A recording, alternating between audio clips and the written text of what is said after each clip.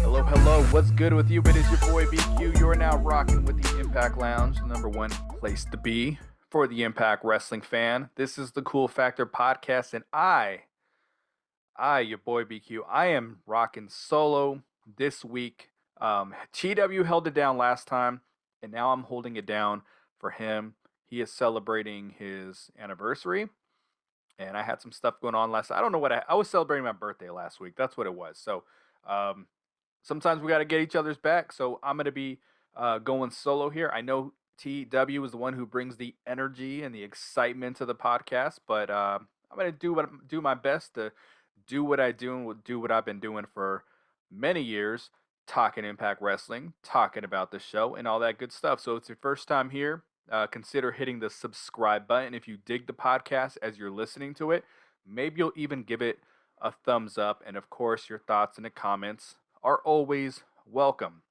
So, first piece of business that I just want to throw out there here at the Impact Lounge, I do have a couple sponsors and partners that I've hooked up with that I'll be plugging a little bit going forward. I'm not going to be too overbearing with it, but I will say in every description of every YouTube video going forward, there's going to be the Impact Lounge Amazon link. If you click that link, my affiliate link, and do your Amazon shopping, maybe for the holiday season, it'll kick a little bit back towards the channel, and it's going to go towards some of my promotional costs, some of the costs for the apps and programs that I use to create content on the channel, and then maybe even some hardware uh, upgrades and things like that. You're gonna be seeing upgrade here pretty soon as far as my presentation. So keep an eye out for that. But without further ado, let's talk Impact Wrestling. So, Impact viewership. That's the first thing we are going to talk about right now. Last week was not good. It was, and I'm not talking about this week, the episode we just watched. Last week was 111,000, so it was down. And we tend to get really excited when they start get to the 130, 140, like, whoa, they're doing so well. If you go back to Pop TV was a bad Pop TV rating for, viewership number for Pop TV was 280,000. So things have dropped a long way. This week, third lowest on Access TV at 89,000 with a 0.03 key demo rating. So they went up against the Dodgers and the Giants that night, which is as big a rivalry as it gets. It's one of the top rivalries in baseball, and the playoffs are going on. So that is going to be competition. But we tend to use sports as an excuse. I know a lot of wrestling fans, a lot. And I will say not all of them watch sports, probably not even half of the ones that I know. I know I watch a shit out of sports, so I'm gonna be someone if the Angels, Chargers, Clippers, etc. are playing that night. I'm probably gonna watch that over wrestling. That's how I am. But there's a lot of people out there who just watch wrestling, so I think we tend to use sports as an excuse. But this is what I will say on the positive side. I've always been under the belief, and I think it's common sense too, that when you see these overnight numbers, it is not a representation of how many people are watching a show. So really we shouldn't even trip over those things. What it is a representation of, though, I did say I was going to say something positive, right? This isn't that positive. What it is a representation of is how must see the show is. And when you see what matches or what angles, or do I have to see what's going on, or can I watch it in my spare time on DVR? That's kind of what it boils down to. Think of the AEW night that they brought in CM Punk. I think it was on Rampage. They did their highest numbers on Rampage, highest numbers by far. It's been cut in half since then because that was a must-see episode, and now viewership's coming back to about what it's going to be going forward. So as you make better television, because the show is good, but as you make it must-see, more people are going to want to watch. Boils down to that. So 89,000, not good. The first thing I wrote in my notes here, though, was did they announce any of these matches? And you guys know there's certain social media accounts of Impacts that I don't follow anymore for various reasons, and it's possible that I missed this stuff. But I know they announced the X Division match last week on the show, so we knew that was coming. Aside from that, this episode was a complete shock to me. I didn't know they were doing the Battle Royal. I didn't know Saban was taking on Chris Bay. I didn't know they were doing a summit with Christian Cage and Josh Alexander. I didn't know anything about what was going to go on. And maybe some of you did. Some of you stay a little more plugged in during the day than I do because Impact Day is my longest work day. So I don't quite know day of the show what's going on. But I usually have a pretty good clue. And I had no clue what was going to be on this show. So if I didn't and I create content for the show, there's probably a lot of people who didn't even remember the show was on. And I'm gonna put it to you like this: I forgot the show was on. I know it's on every Thursday. Get that? I forgot it was on because I didn't see anything across my feed about what was going on in the show. And my days tend to run together a little bit because I work a lot. So I just didn't realize it was Thursday. If I'm being totally honest. So let's talk about this show here though, because I thought the show was pretty good, and I think the show is good just about every single week. There's little things that they can fix. Um, sometimes I'll catch some of these old Impact clips. When I say old, I don't mean TNA. I'm talking about when Anthem first took over, and there's a clear drop off in quality with the backstage segments and how they're filmed and how they look. There's a clear drop off. I am hoping that we start seeing some improvement going forward after Bound for Glory and 2022, because I think this does hold the show back a little bit, especially when AEW is a thing now. It was different when they were just competing against Ring of Honor, and I don't know what else, really nothing. There's smaller shows, MLW. I know Rocky Mountain Pro was a thing for a little while. I don't know if it still is. But because there's two big budget shows on TV, they've got to step it up. They've got to look. They don't have to look like AEW because they're not going to look like AEW, but look more like AEW than you do like Ring of Honor or NWA. You feel me on that? So, opening match was El Phantasmo versus Willie Mack versus Rohit Raju. X Division triple threat match to go on to Bound for Glory. I had a lot of fun watching this match, and El Phantasmo gets the win. I think he was probably the right person to win because, as far as Bound for Glory goes, Willie Mack is probably better suited to be in the Call Your Shot Gauntlet, and Rohit Raju was well. So Rohit had Raj Singh return recently, and I believe Shearer is hurt. They wrote him off TV because he took a radio silence by Zack Ryder, which is absolutely ridiculous. Like, he could deliver that move to me, and I'll go to work the next day. You know what I'm saying? And I'm not a trained wrestler, so pretty ridiculous. But we got no real follow up to that, which is really weird. And you would think that they would try to get some momentum with that, especially those two as a tag team going forward. There was no, I don't want to say a payoff, but there was just nothing was answered. Like, is the Desi Hit Squad back? Like, what's going on? You feel me? Um, so El Phantasmo, riding the wave of the Bullet Club, this was the right thing to do here, and he's going to go on. He's going to take on Trey Miguel and Steve Macklin. I'm really excited about this match. You know that I've been wanting a lot of more one-on-one X Division matches at pay-per-views, but I'm okay with a three-way. It's when they start five-way, six-way, and this and this. That's when I start getting okay. I'd rather see an actual feud. And I'll just jump into Steve Macklin's promo here. It happens later in the show. I thought his backstage promo was excellent. I thought, for those of you, I know there's some of you out there who are veterans, and when he started talking about ribbon chasers, I really popped at home because we've got people in the military. They're just chasing glory. They're half the time they have tail between their legs. They're not real leaders. They lead from the rear, but they take advantage of any opportunity to shine when they can, so that they can get the recognition for it instead of putting the work in every single day. They do it when it's convenient for them. So the fact that he tied that into this, I thought was excellent. And I think, he plays off the veteran stuff a little bit, and I think he does a good job of it. Back when they had the Veterans of War, the way they try to factor it into their characters and stuff, I thought was a little bit forced.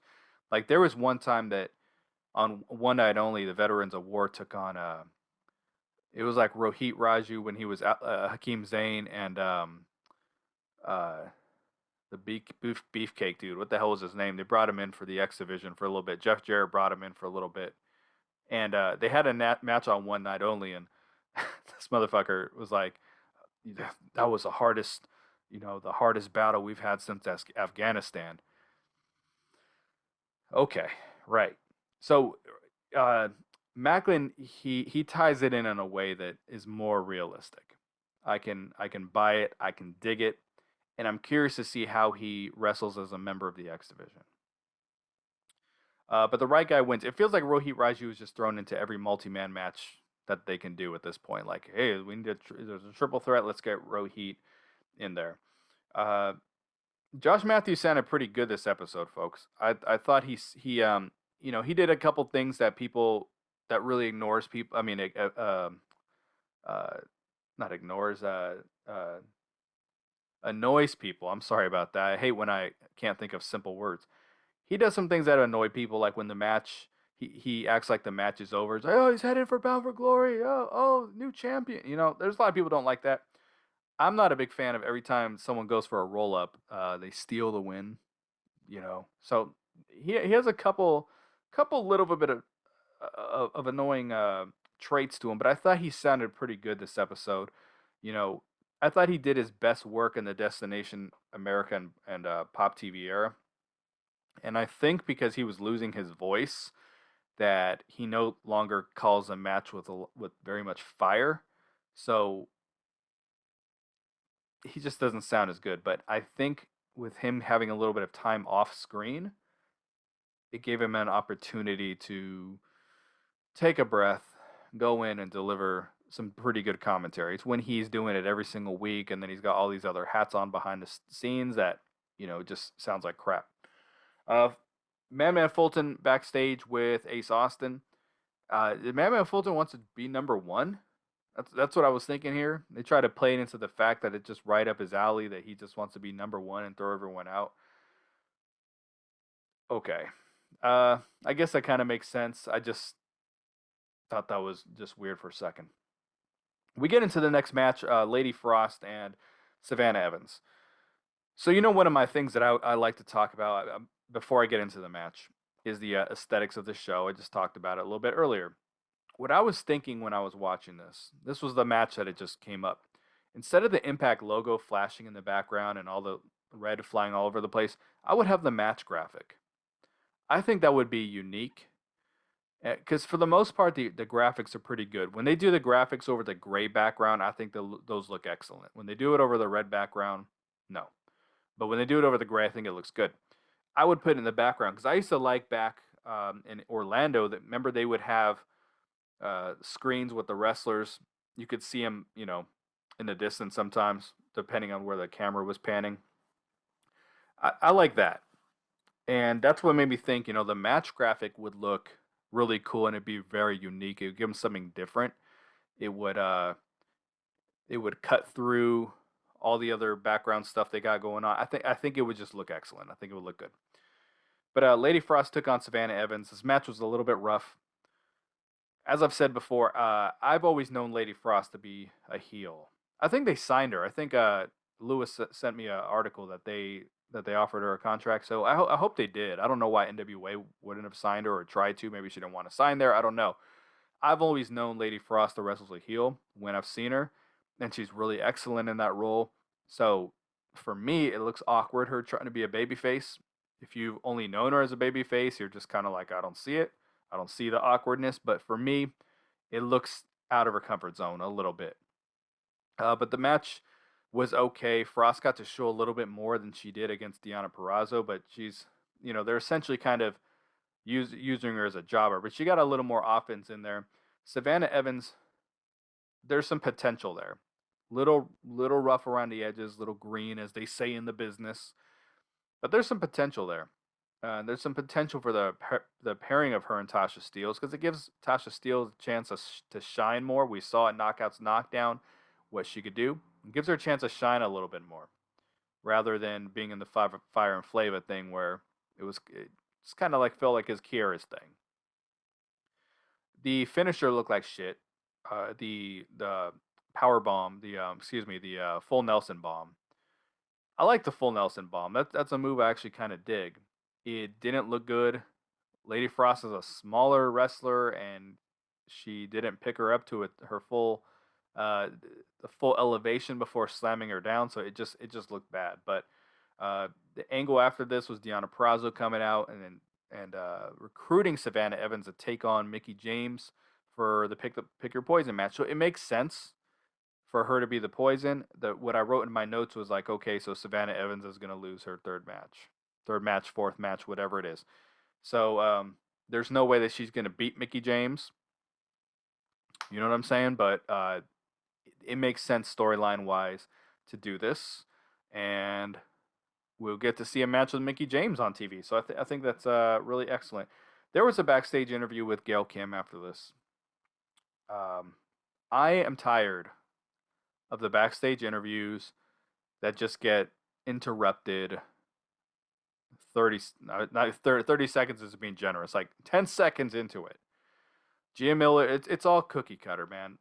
Gia Miller asks a question, the wrestler repeats the question back to her and then answers, talks for a couple seconds, and then somebody shows up. There's always an interruption. This interruption was by someone dressed like a UPS worker, saying, "Are you Gail Kim?" and delivering an envelope. He should have been a FedEx guy for splitting hairs here. And the reason this is stupid is because you have a TV show, a closed set, and the male guy just waltzes in and walks up in the middle of an interview. Like, if this were real, would he really just walk up in the middle of what was going on, or would he stand by? Or, like, it's not like Gail Kim signed for the envelope, so give it to someone else. You feel me? I know that's nitpicking, but I just thought the segment was so bad. But what wasn't bad was when when Gia Miller read Gia Miller's sounding a lot better. She used to sound like a robot. She sounds a lot better, by the way. But they read the note from the inspiration that I kind of got a kick out of. It gives you an idea of what the gimmick is going to be when they show up, and they're not going to try to, force them to be baby faces like they did with Tennille Dashwood. So I'm looking forward to the inspiration, and I think they're going to bring an element to the show that's missing in a lot of ways. Uh, so let's see. Stay tuned. We'll see how that goes. But um, yeah, so the letter was funny. The segment, not so much. VSK took on Rich Swann. This match was over before it started. I understand a learning tree is basically jobbers, but VSK is supposed to be someone that goes out there and actually competes. Rich Swann easily won the match. I mean, I blinked and it was over. I don't understand what this feud is about. I don't know if it's because Rich Swann and Brian Myers are going to have some kind of confrontation in the Battle Royal, or maybe it's just something to give Rich Swann and Willie Mack some momentum. I don't know.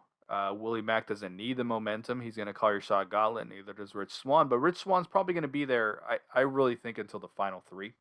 I would be shocked if he's eliminated, any sooner than that. This was my favorite episode of Swingers Palace because it was the last one. So that's what I'm all about. I'm done with Swingers Palace. As time has gone on, I've kind of enjoyed it a little bit more and found it more funny, but I'm kind of glad it's over. And the segments with the Swingerellas trying to get with Swinger and Sabin, kind of funny. I'm just glad it's over. I know this is all supposed to be like a spin-off of Wrestle House, which I love Wrestle House. Like, this is not Wrestle House. The Who Shot Bravo and the Swingers Palace is not Wrestle House. That's not even close to as entertaining as that stuff was. But it gives Swinger something to do, and we'll see what they do next with Swinger. I know I can't believe I'm talking about that, but there was once upon a time where I could not stand Johnny Swinger. He would do like multiple segments per show, like 3 segments. There was a time where he was wrestling every week. He would have he would do locker room talk with Madison Rain, and then he would have an angle where he was trying to form the Mac and Pat connection with Willie Mack. Like he was all over the show. I'm like, what in the world? So they've dialed back and found what roles he's better in. So I do find him funny, but I could do without Swingers Palace. Um, but yeah, we'll see what's we'll see what's next for Johnny Swinger. Um, he's definitely going to be competing for that digital media title throughout the rest of the time with Impact. There was a segment where Heath met with Scott D'Amore. Scott D'Amore was dressed differently for once. He had a nice purple shirt underneath. I can dig that. Give us something a little bit different. Heath comes in and he wants to take on uh, Violent by Design at Bound for Glory with Rhino. Now the match graphic came out that it was a mystery partner, which I don't know what I'm thinking of this story. At first, I was like, okay, Rhino didn't immediately go to him, so that's cool. That's different. I don't know. Is Heath gonna have a different partner, and then Rhino maybe shows up after or something like that? Because this is a 3-on-2 match, right? I'm a little confused what's going on here. If Scott D'Amore makes the matches, how can he not tell Rhino to show up and tag up with him? He makes enemies tag team with each other all the time. Why can't he just make Rhino show up? I don't know. So Chris Bay took on Chris Sabin after this. This match was excellent. This was so damn good. This was good, good, good. I thought Chris Sabin should have been, not Chris Sabin, but Chris Bay should have been in the X Division title picture. But it looks like he's going to be part of the Bullet Club taking on Finjuice for the number 1 contendership at Bound for Glory. The spoiler alert, both teams are probably going to be in the match, and it's probably going to be a triple threat. I don't know for sure. I'm pretty confident in saying that it's going to be. But this match was excellent. I got to give Josh Matthews props on his attention to detail. When they banned Finjuice and the Bullet Club from ringside, he said, "I'm just getting a word in," which he wasn't, but I just got this word from security that they'll be separated backstage so that they can't mix it up. What attention to detail. No one's ever said anything like that on screen before. You eliminate everyone and then they walk back by themselves, selves backstage, and they're not fighting, nothing like that. So good attention to detail with Josh Alexander here. Twice, I think it was during the VSK match actually with Rich Swann. Josh and D'Lo both used in the play. This is the place to be, in the place to be twice. So it happened twice. Both of them used it once. So in the place to be, just like the Impact Lounge. Very interesting. But the match was really, really excellent. I enjoyed it quite a bit. Uh, Trey Miguel, speaking of enjoying it quite a bit, Trey Miguel was backstage doing a promo, sounding better than he's ever sounded. Like, you guys know, I wasn't a big Rascals fan. I didn't even like him a little bit. Best promo he's ever done. And then Alex Zane walks up. He's got an Impact Wrestling t-shirt. Is he signed? I don't know. They don't communicate that kind of stuff to us on screen. You have not on screen, but just on social media. Like, let us know when someone's a part of the company. Let us know. Like, do you see the buzz that happens when someone is all elite?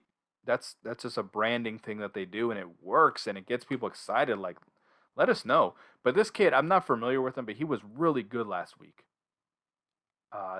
Very innovative, could add a lot to the X Division, and cuts a great promo. He sounded excellent as well. So him and Trey Miguel both sounded so good. I was just so impressed by this. I was into it. I was digging it. They weren't just saying the same normal things people say in promos. Like, I was digging it. This was good shit.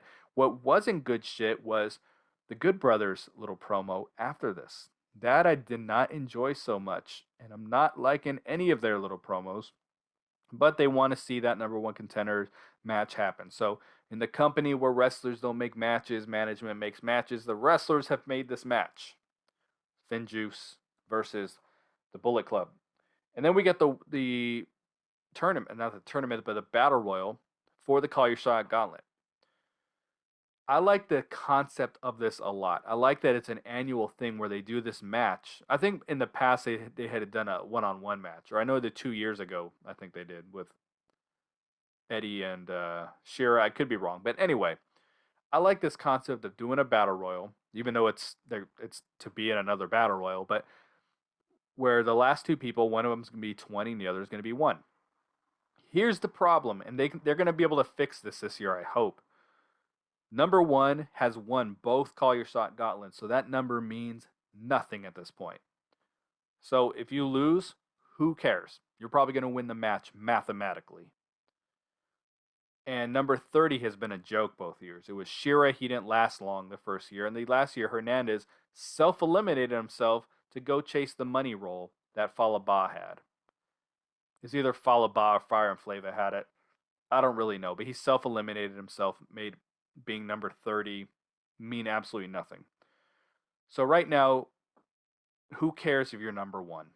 It's not like it's this huge disadvantage because it's won both years. Now I know people go, "Oh well, Rhino wasn't supposed to win. Heath was." Well, it doesn't matter because he did.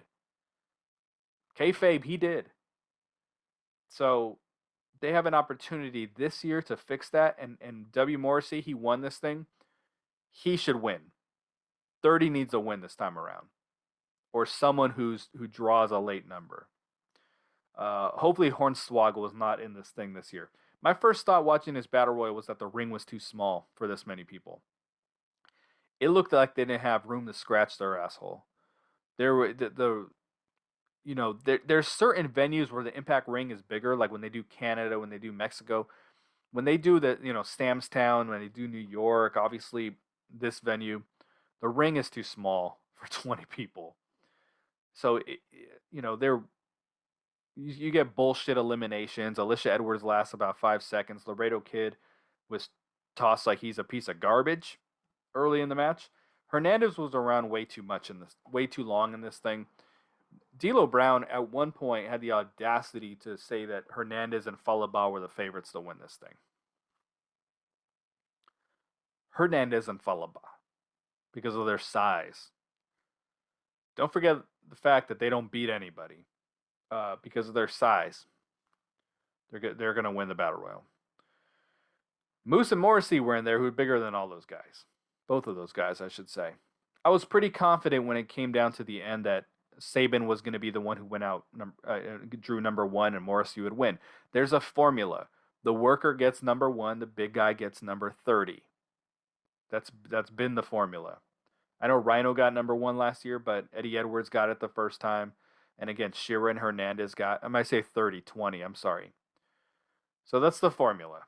So I knew who was going to win the match. I 100% knew. The Undead Bridesmaids were around way too long in this match. I mean, entirely too long. Entirely too long. They should have been one of the first people eliminated. They were in like the final 6 or final 5. Morrissey wins this thing. He should have won it. He is the right guy to be number 20. He should win the match. I think him, Moose, and Swan should be the last 3. But they probably won't do that because him and Moose were the last 3 this time around. You'd just be swapping it out with Sabin. So we'll see what happens. They finally made the Call Your Shot Gauntlet kind of mean something this year because Rhino cashed in, won the tag team titles. The first year it meant nothing. We never got a title match from Eddie Edwards.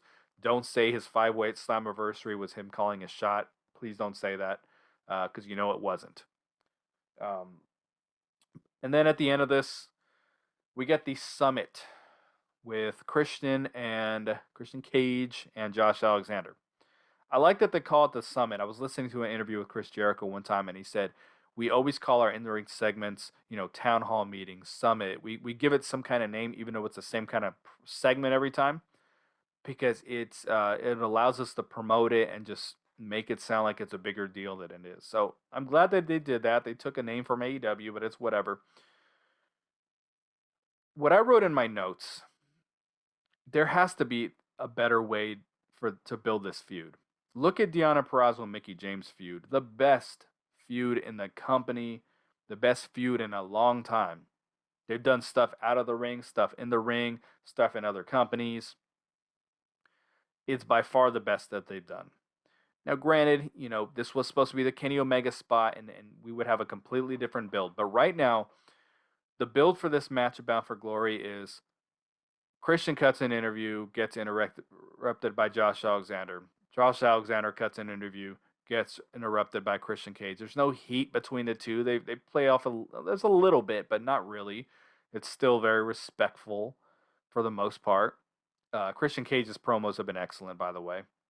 And now they're here and they're just talking to each other on the mic.